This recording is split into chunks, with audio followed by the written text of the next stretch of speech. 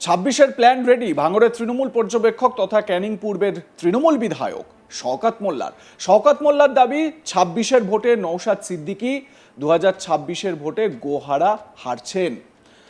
২০২৬-এর ভোটে নওশাদ সিদ্দিকীকে হারাতে না পারলে তিনি রাজনীতিই ছেড়ে দেবেন। শওকত মোল্লা বলেন, ২০২৪-এর লোকসভা ভোটের আগেও নওশাদ সিদ্দিকী এভাবে অভিষেক ব্যানার্জিকে তার বিরুদ্ধে ভোটে দাঁড়ানোর চ্যালেঞ্জ করেছিলেন। তার যুক্তি, এগুলি আর কিছুই নয়, পুজোর শখ হয় চিত হয়ে শোয়ার। প্রসঙ্গত, ২৬-এর বিধানসভা ভোটে তার বিরুদ্ধে রাজ্যের মুখ্যমন্ত্রী তথা তৃণমূল নেত্রী মমতা ব্যানার্জিকে ভোটে লড়ার আহ্বান জানিয়েছেন ভাঙড়ের আইএসএফ বিধায়ক নওশাদ সিদ্দিকী। ২৬-এর বিধানসভা ভোটের আগে এভাবে রাজ্যের মুখ্যমন্ত্রীকে তার বিরুদ্ধে ভোটে দাঁড়ানোর চ্যালেঞ্জ ছুঁড়ে দিয়ে রাজনৈতিক মহলে কার্যত শোরগোল ফেলে দিয়েছেন নওশাদ। এদিকে এই বিষয়টি পাত্তা দিতে নারাজ ভাঙড়ে তৃণমূলের পর্যবেক্ষক তথা ক্যানিং পূর্বের বিধায়ক শওকত মোল্লা। তো শওকত মোল্লা নওশাদ সিদ্দিকীকে খোঁচা মেরে ঠিক কি বলেছেন শোনাবো তার বক্তব্য। সে আমাদের গ্রামে একটা কথা আছে না, যে পুজোরও চিত হয়ে শোয়ার ইচ্ছে হয়। আসলে নওশাদ সিদ্দিকীর অবস্থা ঠিক সেই জায়গায়। আমরা লোকসভা নির্বাচনের আগে আমরা দেখেছিলাম ঠিক এইভাবে বড় বড় বুলি ওড়াতো যে ডায়মন্ড হারবার এবারে অভিষেক বন্দ্যোপাধ্যায়ের বিরুদ্ধে লড়াই করবে। কিন্তু আমরা দেখলাম যে ঠিক সময় মতো লেজ গুটিয়ে পালিয়ে গিয়েছিল।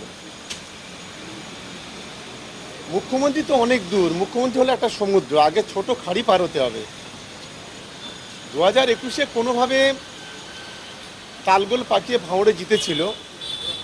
২০২৬-এ গোহারা হারবে নওশাদ সিদ্দিকী ভাঙড় থেকে, এটা আমি আজকের অন ক্যামেরা চ্যালেঞ্জ করে আজকে বলে যাচ্ছি। ১০০% হারবে, ভাঙড়ের মানুষ ওকে গোহারা হারাবে। আমি আজকে যে কথা বলে যাচ্ছি, যদি ২৬-এ ওকে না হারাতে পারি ভাঙড় থেকে, আমি কথা দিচ্ছি রাজনীতি আমি ছেড়ে দেবো। ভাঙড় থেকে হারাতে না পারলে রাজনীতি ছেড়ে দেবো, বড় চ্যালেঞ্জ শওকত মোল্লার। ২৬-এর বিধানসভা ভোটের আগে রাজ্যের মুখ্যমন্ত্রী মমতা ব্যানার্জিকে ওপেন চ্যালেঞ্জ ছুড়ে দেন ভাঙড়ের আইএসএফ বিধায়ক নওশাদ সিদ্দিকী। তিনি বলেন, আমি তো চাই ভাঙড়ে মমতা বন্দ্যোপাধ্যায় প্রতিদ্বন্দ্বিতা করুক, তখন দেখা যাবে। তৃণমূলের অন্য কোনো নেতা আমার বিরুদ্ধে দাঁড়াক, সেটা আমি চাই না। যদিও তাঁরই পরিবারের সদস্য তথা আরেক পীরজাদা কাসেম সিদ্দিকীকে তৃণমূলের সাধারণ সম্পাদক করা হয়েছে। ২৬-এর বিধানসভা ভোটের আগে তৃণমূল নেত্রী মমতা ব্যানার্জির এই চালকে কার্যত মাস্টার স্ট্রোক হিসেবেই দেখছেন রাজনৈতিক বিশেষজ্ঞরা। যদিও এ বিষয়ে নওশাদ সিদ্দিকী জানান, কাসেম ভাই তৃণমূলে যোগ দেওয়ায় তাকে রাজনৈতিকভাবে স্বাগত জানাচ্ছি। তবে এই সিদ্ধান্তে আমি খুশি নই, কারণ তৃণমূল একটি দুর্নীতিগ্রস্ত দল। এই দলের ব্যর্থতা, চুরির জন্য ২৬,০০০ চাকরি বাতিল হয়েছে, আনিস খুন হয়েছে। তবে আমি মনে করি আরও বেশি বেশি করে ধর্মীয় গুরুদের রাজনীতিতে আসা উচিত। কিন্তু তৃণমূলের থেকে মুখ ফেরাতে শুরু করেছে মুসলিম সম্প্রদায়ের মানুষ। ড্যামেজ কন্ট্রোলের চেষ্টা করলেও মমতা ব্যানার্জি পারবেন না। ওয়াকফের বিরোধিতায় আন্দোলন করলে মিথ্যা মামলা দেওয়া হচ্ছে, মুসলিম তোষণের নামে শোষণ করা হচ্ছে। সেই জন্য কাউকে দলে এনে মানুষের কাছে ভাবমূর্তি পরিষ্কার করা যাবে না, বলছেন নওশাদ সিদ্দিকী। শোনাবো। আমি চাইছি আমার বিরুদ্ধে মুখ্যমন্ত্রী প্রার্থী হোক। তবে একটা কথা জানিয়ে রাখি, পশ্চিমবাংলার মুসলিম সম্প্রদায় তৃণমূল থেকে যেভাবে মুখ ফিরাতে শুরু করেছে, কাউকে দিয়ে ড্যামেজ কন্ট্রোল করতে যদি চাই সেটা হবে না। কারণ একের পর এক পদক্ষেপ তৃণমূল কংগ্রেসের, মুসলিম সম্প্রদায়ের মানুষজন ক্ষিপ্ত হয়ে উঠছে। মুসলিম তোষণের নামে মুসলমানদের শোষণ করা হচ্ছে পশ্চিমবাংলায় বিজেপির সহযোগিতা নিয়ে, শুভেন্দু অধিকারীর সহযোগিতা নিয়ে মমতা ব্যানার্জির সরকার মুসলমানদের উপরে আক্রমণ চালিয়ে যাচ্ছে। কখনো ওয়াকফ সংশোধনী আইনের বিরুদ্ধে প্রতিবাদ করতে গেলে মিথ্যা মামলা দিয়ে জেল খাটানো হচ্ছে, তো কখনো দিল্লি যাওয়ার নিধান দিচ্ছে। ফলে পশ্চিমবাংলার মুসলমানরা তৃণমূল কংগ্রেসের কাছ থেকে মুখ ফিরিয়ে নিচ্ছে। কাউকে নিয়ে এসে যদি মনে করে এই ভাঙাবাদ জোড়া লাগাবার চেষ্টা হচ্ছে, সেটা বৃথা হবে।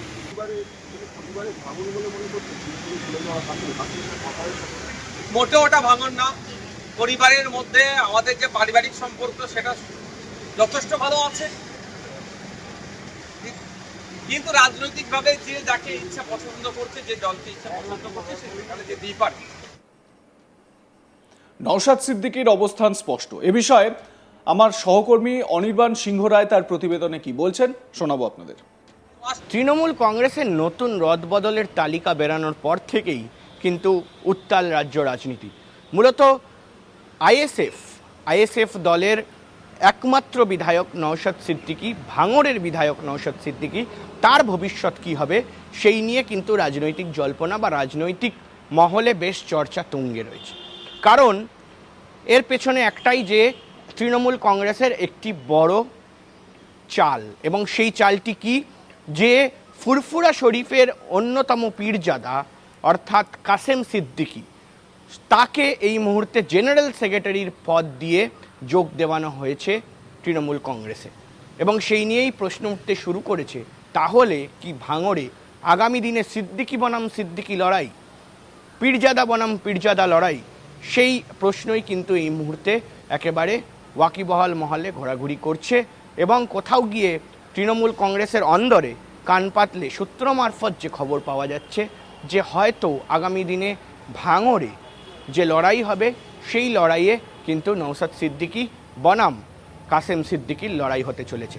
এবং ইতিমধ্যেই ক্যানিংয়ের বিধায়ক অর্থাৎ তৃণমূল কংগ্রেসের অন্যতম দাপুটে নেতা শওকত মোল্লা, তিনিও কিন্তু এই প্রসঙ্গে মুখ খুলেছেন।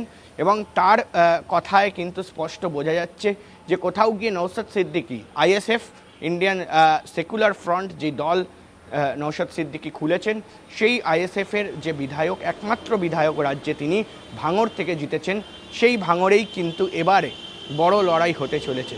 আমরা জানি যে ইতিমধ্যেই যে ভাঙড় প্রতিবার উত্তপ্ত হয় নির্বাচনকে কেন্দ্র করে, যে ভাঙড়ে বোমাবাজি হয়, যে ভাঙড়ে গুলিগালা চলে, সেই ভাঙড় এই মুহূর্তে কিন্তু কিছুটা হলেও শান্ত। কিন্তু আগামী দিনে যে 2026-এর বিধানসভা নির্বাচন আসছে, সেই নির্বাচনে সিদ্দিকী বনাম সিদ্দিকীর যে লড়াই, অর্থাৎ তৃণমূল কংগ্রেস এবং আইএসএফ বা নওশাদ সিদ্দিকীর সঙ্গে যদি কাসেম সিদ্দিকীর যে লড়াই, সেই লড়াই হয়, তাহলে কিন্তু আরও উত্তপ্ত হতে পারে ভাঙড়। এবং সেখানে দাঁড়িয়েই কিন্তু স্পষ্ট যে কোথাও গিয়ে শওকত মোল্লা, যিনি ভাঙড়ের সঙ্গেও যুক্ত রয়েছেন, তার পাশাপাশি কিন্তু তিনি ক্যানিংয়ের বিধায়ক, এবং তিনি তার স্পষ্ট বার্তা যে কোথাও গিয়ে নওশাদ সিদ্দিকীকে কিন্তু এবার টিকতে দেওয়া যাবে না। এবং মূলত এই খবর কিন্তু এই মুহূর্তে দাঁড়িয়ে একেবারে ভেতর থেকে পাওয়া যাচ্ছে তৃণমূল কংগ্রেসের অন্দরে।